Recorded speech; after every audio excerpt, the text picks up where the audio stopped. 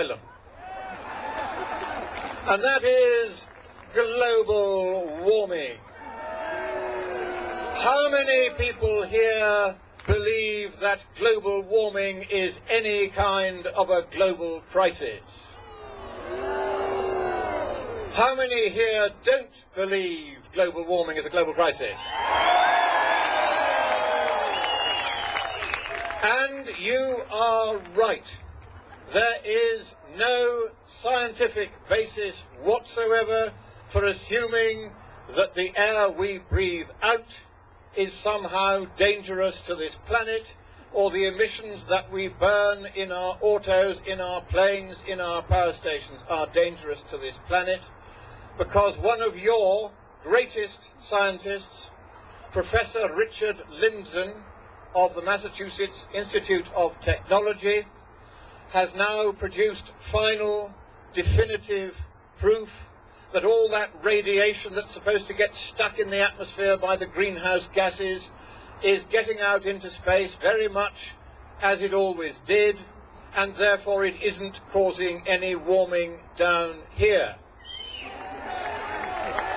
Now, I want to hear it for Richard Lindzen, because for 33 years he has solidly, quietly, unpolitically got on with just doing the proper science, and he has been vilified by his colleagues, isolated, shunned, had his house burnt down, bullied, and lies told about him all over the internet. So I want to show our solidarity with that brave man, Richard Lindzen.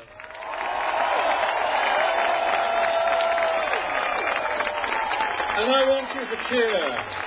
I want you to cheer for all those brave scientists who have not sold out just because the administration wants them to, or because they might get rich.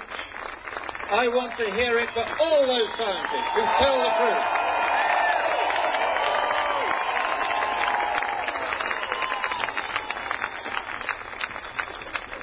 At Copenhagen, weeks away, a treaty is to be signed.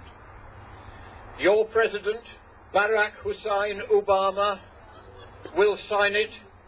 He will sign anything now he's got his Nobel Peace Prize. Well, Barack Hussein Obama, I've got my Peace Prize pin on as well. And I say, do not sign America's Constitution away.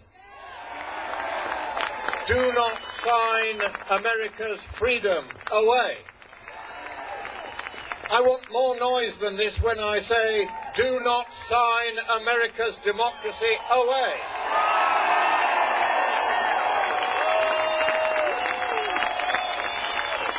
Come on, ladies and gentlemen, you can do a lot better than that. Do not sign America's democracy away.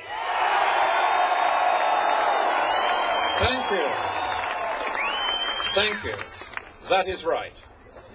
At Copenhagen, the most extraordinary treaty I have ever read, and I have read it, all 200 boring pages of it, says that there will be a new world government. How many of you want a world government? I didn't think so. Nor should you, because that world government will not be elected. The word election, the word ballot, the word vote, the word democracy does not appear even once in the 200 pages of that dismal treaty.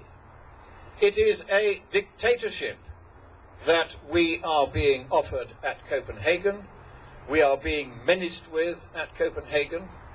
It is a tyranny.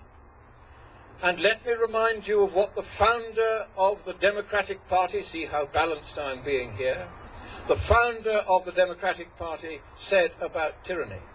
Thomas Jefferson said, I have sworn upon the altar of God eternal hostility against every tyranny over the mind of man.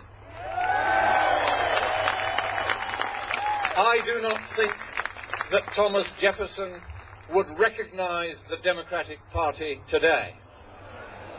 I do not think that Thomas Jefferson would have dreamt of signing any such treaty as that now in draft at Copenhagen. How many here believe in the free market? Well, you can forget about that after December, because at Copenhagen, this new unelected tyranny, this world government, is to be given absolute control over all financial and other markets and their rules throughout the world. That is in the treaty, and it is an appalling attempt finally to dismantle all of the freedoms for which your forefathers fought and died.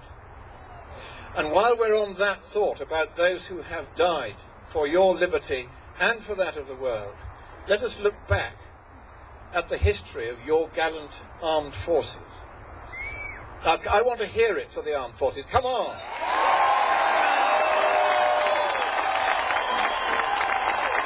Your great armed forces first fought against us for your liberty. Sorry, but they did. Then they fought amongst themselves that slaves might be free. Then they fought in many unsung corners of the world that those corners of the world might be free. And then their fathers and grandfathers stood shoulder to shoulder with ours so that Europe and the world might be free of the unspeakable tyranny of Hitler. And finally, your sons and daughters, grandsons and granddaughters today fight bravely, gallantly alongside ours in freedom's far frontier so that the whole world may be free. So come on. I want to hear it for your armed forces. Come on, to your feet, to your armed forces. All of you, up, up, up.